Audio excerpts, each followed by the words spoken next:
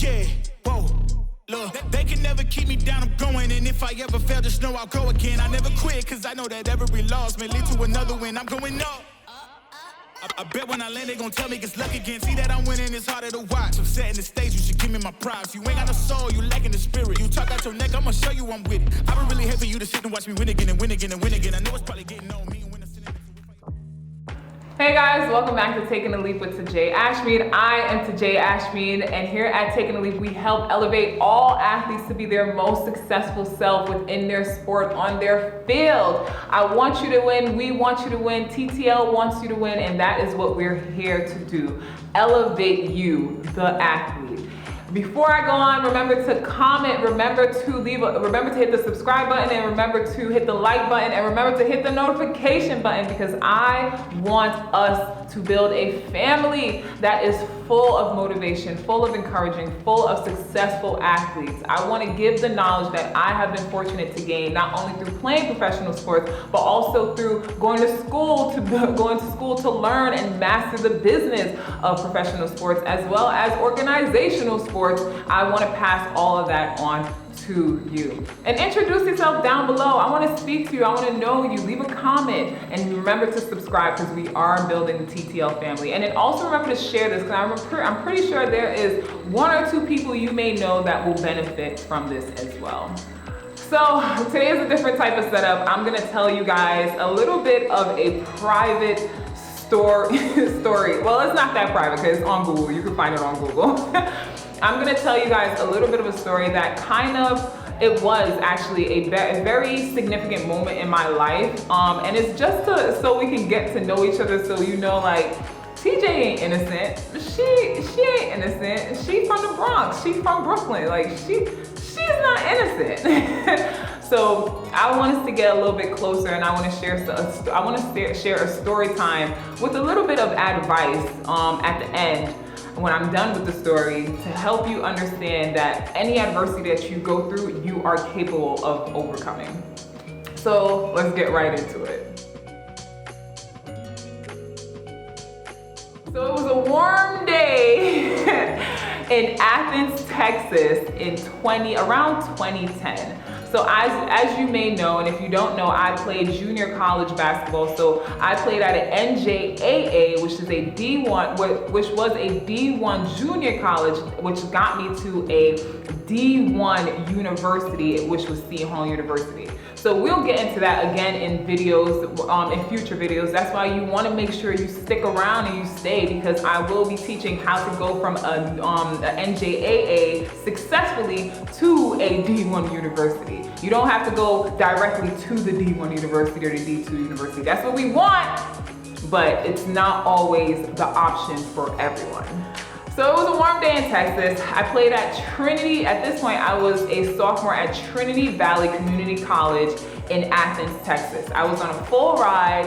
I had great coaches. I had a great team. We were doing really good. It was at the end of the year, and it was at the end of my sophomore year, and we just finished winning our conference finals. So now I'm a little bit older, so I think it was the conference finals, because we won the conference finals, and now we were going to nationals. So nationals, of course, is where you get the big trophy. Like, it's like you the big Don Dada. Like, you go to nationals and you win, and you bring the trophy back, and you get the ring, and everybody knows who you are, and you excited. I didn't go. I didn't get to go. We had practice, so say it was a Wednesday. Last day of practice, we won the conference. We're having our last little walkthrough practice. At the end of this practice, coach gave us per diem. So he gave us, Coach Lovato, which is one of my great coaches. Shout out to you, Coach Lovato. She gave us per diem. And per diem is, as you know, as an athlete, is just, some cash to get the necessities that you may need. So I got some cash to go so that's a key point. I got cash. If the point was here, I was able to get cash. So did I actually say what the story is about? So the story is how I lost my full scholarship to play at Rutgers University under Vivian A. Stringer. You know, at Rutgers, if you go in a girl, you come out as a woman. I lost my full scholarship to Rutgers University because I stole cheeseburgers. You heard it right. I stole cheeseburgers, like food, cheeseburgers. I was hungry. TJ, you couldn't buy the cheeseburgers, you just got per diem. TJ, you didn't ask your teammates to buy the cheeseburger? I just stole them. So, yes. So after practice, Coach Alato gave us a couple of coins. Like, she gave us a couple of dollars to get the necessities that we may have needed, whatever, to take on the trip, on our trip to nationals. Me, I don't know why at the time felt that, okay, I have my per diem in hand. I have my per diem. I'm gonna go to the supermarket and I'm going to not only get groceries, so I got groceries at the supermarket. I remember picking up my groceries. I went to the frozen food aisle, and I went and I took out the White Castle frozen cheeseburgers. Yo, like, I'm wild. That was just a moment of just dizziness for my age. But again, we all do dizzy things. So do not feel that your dizzy moments are the moments that you're going to identify with forever. That's what we're learning here right now. So I remember getting my groceries, and then I remember going to the frozen food aisle, getting the White Castle burgers, and going to checkout. I'm pushing my cart to checkout, and I put my groceries on the checkout slide, on the little beam that they have. I'm putting my groceries on the beam. Remind you, so now we had practice, we were going to nationals, we got per diem to buy necessities. I went to the supermarket, I picked up groceries, I picked up my White Castle cheeseburgers, I put them on the belt to pay for them, and I remember my groceries came up to a little bit over the per diem price that I got. And instead of me saying, you know what, TJ, today you can't get the burgers, or put back the juice, or put back the toothpaste, or whatever I was buying at that time. No, me being TJ at that age, I wanted it all. I wanted it all. I just wanted it all. I didn't want to leave nothing. So I had a carry bag, you know, the tote bags, and I had it already on my shoulder. And me trying to play game on the checkout lady who was there while she wasn't looking, I put the cheeseburgers within the tote bag. And I put it in the tote bag, and I put the tote bag securely on my arm. Mind you, there's cameras everywhere, and I don't know why, I don't know what, like, as I'm telling this story, I'm just like, girl, why? Why? So I put the cheeseburger in my bag, and I'm getting ready to pay for the food. Before, she's packing my bags, and she puts it back in the cart, and she gives me some of them to put in the tote bag, and she gives me, again, the remaining bags. And I'm walking out, and the manager, I remember this tall man in a red shirt comes up to me, and he says, ma'am, ma'am. That's when I knew, because I'm around like 18 at the time. I'm not a ma'am yet, at least, you know, just because I'm 6'2" and tall, and you know, like, I look like I could be somebody's mammy. I'm not a ma'am yet. He calls me, he's like, ma'am, can you come with me to the back? At this point, my heart is throbbing, and I am just getting anxious, and I'm getting scared, and I'm like, like, now everything that I knew I shouldn't have done is popping in my head. Of course, we always know when the time is too late that we shouldn't have done that. Like, why did you steal the cheeseburgers, girl? Like, why? Was you that hungry? Like, why? Those burgers are like this big, you're like this big. What are they gonna do for you, sis? He brings me to the back, and when he brings me to the back, he tells me to sit down. Now, the kicker, let me scratch my head. The kicker in all of this, and when I tell you guys this, you're gonna be like, why, TJ? There's so many moments that you're like, why, TJ? Like, there were so many moments where you could have just walked away, like you could have backed out. I was in full TVCC Trinity Valley apparel. I had my full practice uniform sweatsuit on. Because remind you, I just came from practice. I got my per diem in practice. I'm coming from practice going to the supermarket. I have full, didn't even take a shower at the gym, just full sweat, stank, TVCC apparel on, stealing cheeseburgers. I'm sitting in the room and he says to me, oh, you go to TVCC? And what I'm gonna say, no, I don't go to TVCC with the hoodie, with the jersey, with the sneakers, with the shorts, with the tote that says TVCC. No, sir, I don't go. Yes, sir, I go to TVCC. Oh, what do you do? I play women's basketball at TVCC.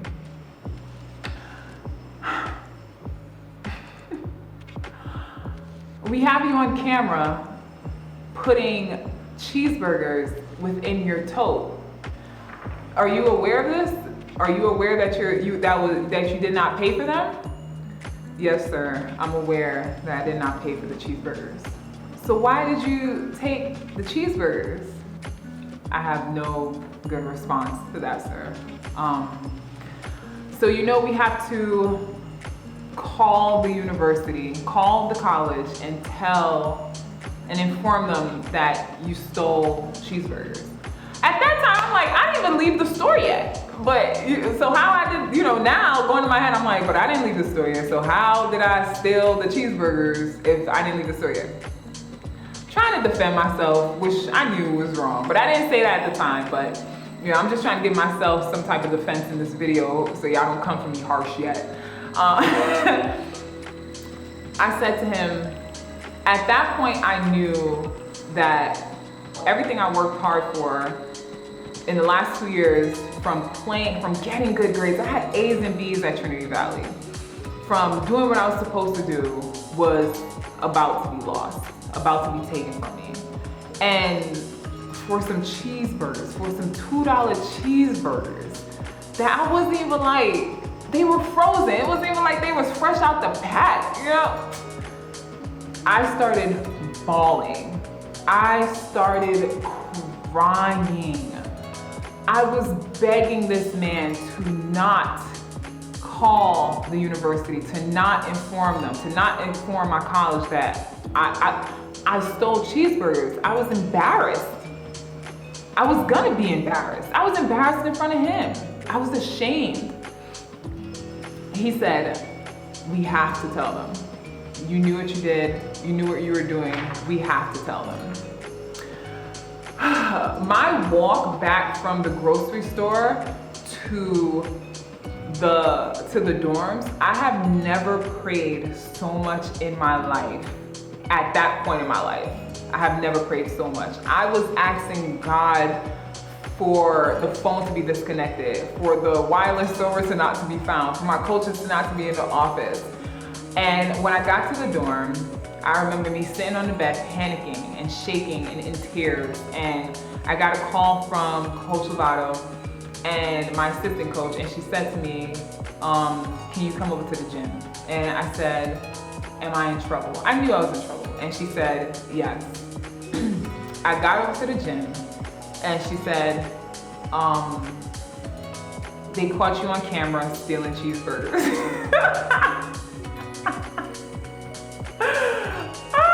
Now it's funny, and we'll get into that.